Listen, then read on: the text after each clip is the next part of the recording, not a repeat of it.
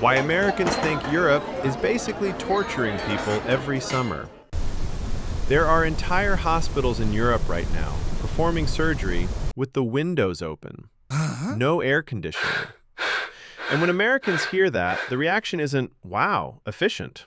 It's genuine horror. Today we're getting into why one side of the Atlantic sees air conditioning as a luxury, and the other side sees it as basic human dignity.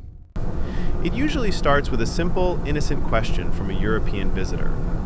Wait, isn't air conditioning crazy expensive over there? Because in a lot of Europe, installing central air can cost thousands of euros, and running it can triple an electric bill. So the assumption is that Americans must be paying a fortune to stay cool. And the answer that comes back genuinely surprises people. No, not really.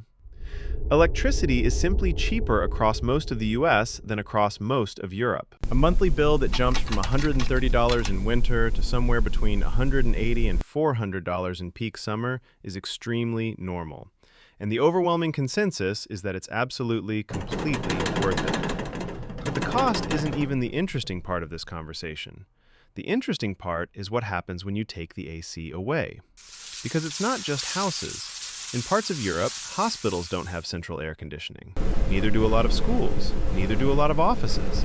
And when Americans learn this, the reaction is consistently the same word, over and over.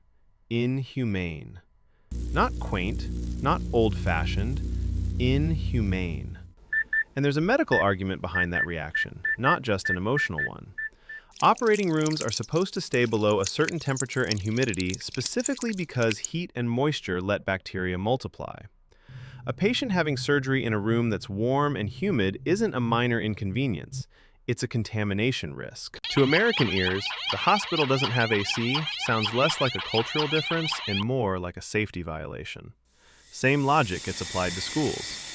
Kids sitting in unair-conditioned classrooms during a heat wave, trying to concentrate on a test while sweating through their shirt, reads to most Americans as a genuinely avoidable problem, not just an inconvenience to shrug off. Now here's where the conversation gets a little dark, because this isn't just about comfort. People actually die from this. Heat waves in Europe have killed people, including inside their own homes, in years where American commentators pointed out that a single window unit, sometimes under $200, could have prevented it. And in the US, several states have gone as far as making it flatly illegal for a power company to shut off someone's electricity during extreme heat, specifically after cases where people died from losing power in dangerous temperatures. In some counties, landlords are legally required to keep a rental below a set indoor temperature, and a broken AC unit is treated as an emergency repair, on the same level as a burst pipe. So from that angle, the American reaction isn't judgmental for no reason. It's coming from a place where extreme heat has been treated, by law, as a public safety issue, not weather to just tough out. But to be fair, there's a real explanation for why Europe developed differently, and it's not just stubbornness. A huge part of it is architecture and climate history. A lot of European buildings were designed for a climate that, historically, rarely got dangerously hot for long stretches. Thick stone walls, small windows, great at holding in warmth during a cold, damp winter, genuinely bad at releasing heat during an unusual summer spike. Americans, meanwhile, largely built their housing stock later, in a country with much more extreme summer heat baked into the geography from day one, especially in the humid South. So cooling technology got treated as essential infrastructure, not an add-on. And humidity is honestly the piece of this puzzle most outsiders underestimate completely. 95 degrees in a dry climate is uncomfortable. 95 degrees at 90% humidity is dangerous because sweat stops evaporating, which means your body loses its main way of cooling itself down.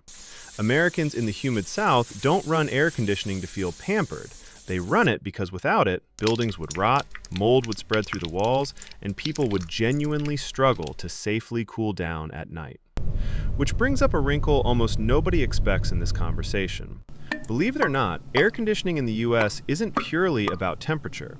It's often about moisture control first. In humid states, homes are frequently kept at a setting that still feels a little warm, like 78 or 80 degrees, specifically because pulling humidity out of the air makes that temperature feel completely comfortable, while saving money compared to blasting it down to a chilly 70. And there's history here too, not just modern comparison. Back in 1896, a brutal heat wave in New York City killed over 1,000 people, largely because cramped, poorly ventilated tenement buildings trapped heat like ovens, sometimes pushing indoor temperatures 30 degrees above what it was outside. That single event is part of why American building and safety culture eventually treated cooling as a non-negotiable necessity rather than a nice-to-have.